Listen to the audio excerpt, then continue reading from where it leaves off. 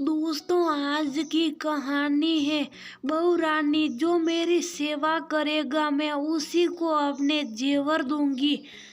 दोस्तों, कहानी शुरू करने से पहले अगर आपने चैनल को सब्सक्राइब नहीं किया हो तो कर लीजिए ताकि आपके पास पहुंच सके हर नया वीडियो। टीना बहू, तुमने अम्मा को हलवा बनाकर क्यों दिया? तुम अभी जानती नहीं हो अम्मा की तबीयत ठीक नहीं है। ये सब खाने के बाद उन्हें पछता नहीं है। निर्मला ने अपनी बहू को डांटा। मम्मी जी, बच्चे हो या बड़े, सभी को प्यार की जरूरत होती है। दादी कितने दिनों से कह रही हैं कि उन्हें बेसन हलवा खाना है, लेकिन आप देसी घी ना होने का बहाना करके टाल दे रही थी, जबकि आप भी जानती हैं कि घर में देसी घी भरा हुआ है। आज दादी ने मुझसे मनुवार किया तो मुझसे बहाना नहीं बना। मैंने आज दादी को हलवा खिलाकर तृप्त कर दिया। टीना बहू दादी को हलवा खिलाते हुए बोली, तुम अभी कुछ नहीं जानती हो। निर्मला ने थोड़ा गुस्से से कहा। तो हलवा खाती हुई दादी शीलाजी निर्मला को ही डांटते हुए बोली, तू तो शुरू से मुझसे जलती थी, इसलिए मेरे खाने पीने पर रोक लगा दी थी। वहीं मैं सोचूं कि इतना सारा घी मेरा बेटा लाता है, खत्म कैसे हो गया। आज टीना बहू ने तुम्हारी सब पोल खोल दी। तुमने सोचा कि बुढ़िया ने तो बिस्तर पकड़ रखा है, इसलिए सब राजपाट तुम्हारा हो गया। भूलो मत, मैं अभी भी इस घर की मालकिन हूँ। जो मेरी सेवा करेगा ये घर जेवर उसी को दूंगी। निर्मला ने देखा कि अम्मा की बातों को सुन टीना बहू हंस रही थी। ये पहला मौका नहीं था जब निर्मला की सास शीलाजी ने उसकी बहू टीना के सामने उसे निशा दिखाने की कोशिश की थी। बेटे की शादी को अभी एक हफ्ता ही हुआ था। बेटा टीना बहू को लेकर घूमने जा रहा था तो निर्मला ने टीना से साड़ी पहनने को कहा। टीना बहू, अभी कुछ दिनों तक तुम साड़ी ही पहनो, आस पड़ोस के लोग देखेंगे तो बातें बनाएंगे और फिर तुम्हारी दादी सास को भी अच्छा नहीं लगेगा। अरे क्या नहीं अच्छा लगेगा मुझे? तूने बड़ा मेरा मान रखा था, जो उसे समझा रही, खुद हमेशा मनमानी की और आज बहू को बहुत संस्कारों का ज्ञान दे रही। टीना बहू, तुझे जो पहनना है पहनो, मैं हूं ना, तुम्हें अपनी सास की बात सुनने की कोई जरूरत नहीं। शीलाजी टीना से निर्मला जी की बुराई करने लगी। अम्मा जी, ये आप क्या सिखा रही हैं? मेरी बहू को आज तक मैंने आपकी कौन सी बात नहीं मानी। जब से आपकी बहू बनकर आई हूँ सिर्फ आपके बने नियम का ही पालन किया और मैं आपको ही कही बातों को टीना बहू को समझा रही थी। निर्मला जिसने कभी भी शीलाजी की बातों का विरोध नहीं किया, आज अपनी बहू के सामने अपनी बेइज्जती बर्दाश्त नहीं कर सकी और बोल पड़ी।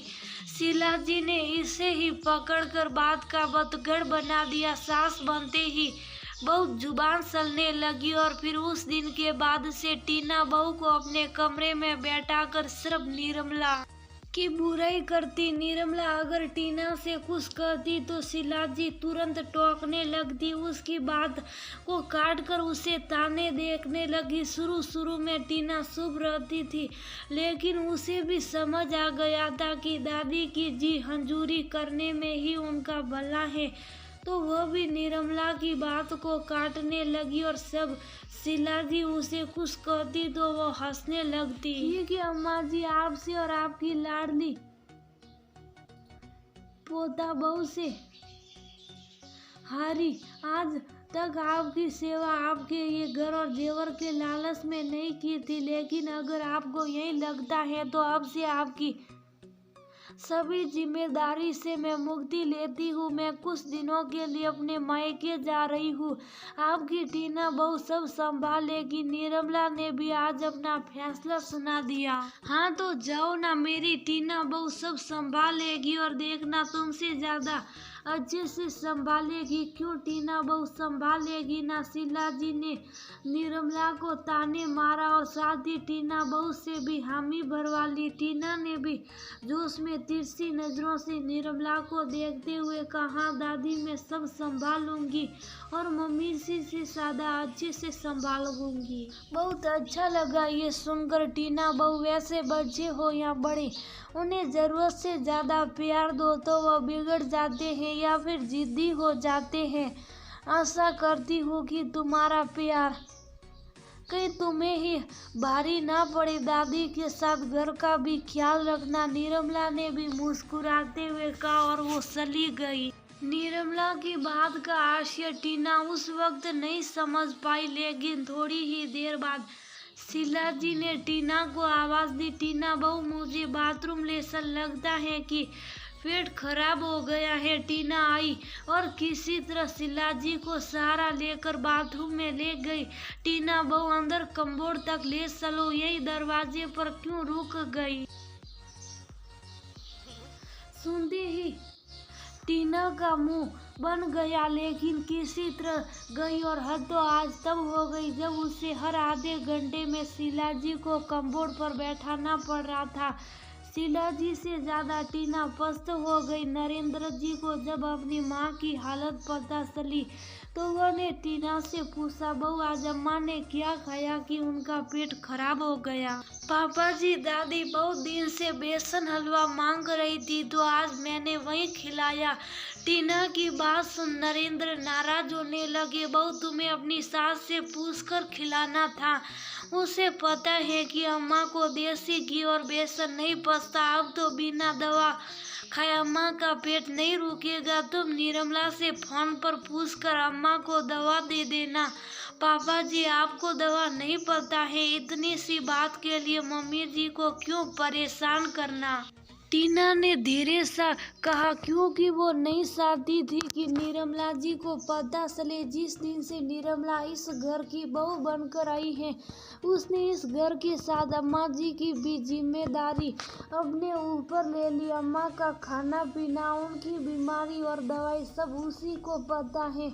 मुझे तो ये भी नहीं पता कि अम्मा को कौन कौन सी बीमारी है और किस डॉक्टर के पास अम्मा का इलाज चल रहा। आज तक उसने मुझे कभी निराश नहीं किया और यही तुमसे भी आशा है। ससुर जी के मुंह से पहली बार अपनी सास की तारीफ सुन टीना चुप हो गई। किसी तरह उसने दादी की दवाइयों में से दवा खोज कर दी। असली परीक्षा तो टीना की अब शुरू होने वाली थी। निर्मला के रहने पर टीना को ज्यादा कुछ करना नहीं रहता था, लेकिन अब सुबह से लेकर रात तक सभी कामों की जिम्मेदारी अकेले संभालना उसके लिए मुश्किल हो रहा था। उस पर दादी की रोज की दिनचर्या, उन्हें खाना खिलाना, बाथरूम ले जाना और रोज रात में दादी के पैरों की मालिश करना। एक दो दिन टीना ने किसी तरह से मैनेज किया, लेकिन उसके बाद टीना शीला जी के पास जाने से कतराने लगी। 4-5 बार जब शीला जी आवाजें देती तब कहीं जाकर टीना जवाब देती। टीना की देरी की वजह से कितनी बार ऐसा होता कि शीला जी का बिस्तर गीला हो जाता तो टीना चिढ़कर शीला जी को डांट देती, क्या दादी आप अच्छे नहीं हो, थोड़ी देर यूरिन रोक नहीं सकती थी, अब कौन साफ करेगा। ये टीना की बात सुनती शीला जी तिल मिला गई। टीना बहू आज तक निर्मला ने मुझसे कभी ऊंची आवाज में बात नहीं की और ना कभी पलटकर बोला। वो मेरी एक आवाज पर चली आती थी। रात को गर्म तेल से मालिश करती थी कि तुरंत नींद आ जाती थी और तुम तो बस ठंडा तेल लगाकर चली जाती हो। वाह दादी, आज अचानक आपको मम्मी जी में खूबियाँ ही खूबियाँ दिखाई दे रही और मुझ में सिर्फ कमियाँ। मम्मी जी ने कभी मुझे ऐसे नहीं डांटा, वो हमेशा मुझे प्यार से समझाती थी।